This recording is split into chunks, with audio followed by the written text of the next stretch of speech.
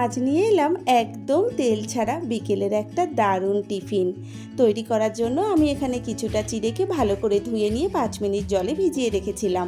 তারপর জল থেকে তুলে নিয়ে তাতে দিয়ে দিলাম 4 টুকরো সেদ্ধ করা আলু, পেঁয়াজ কুচি, ধনেপাতা কুচি, 1 চামচ টক দই, পরিমাণ মতো নুন, হলুদ, জিরে গুঁড়ো, ধনে গুঁড়ো, গোলমরিচের গুঁড়ো আর অল্প চিলি ফ্লেক্স। তোমরা চাইলে কাঁচা লঙ্কা কুচিও ব্যবহার করতে পারো।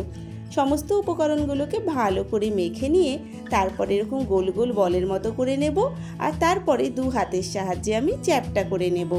এই টিফিনটা কিন্তু একদম ঝটপট মাত্র 10 মিনিটের মধ্যে রেডি হয়ে যাবে আর খেতেও কিন্তু হবে দুর্দান্ত।